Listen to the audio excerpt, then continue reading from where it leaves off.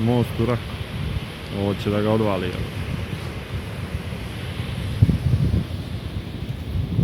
Ovo će da odvali most.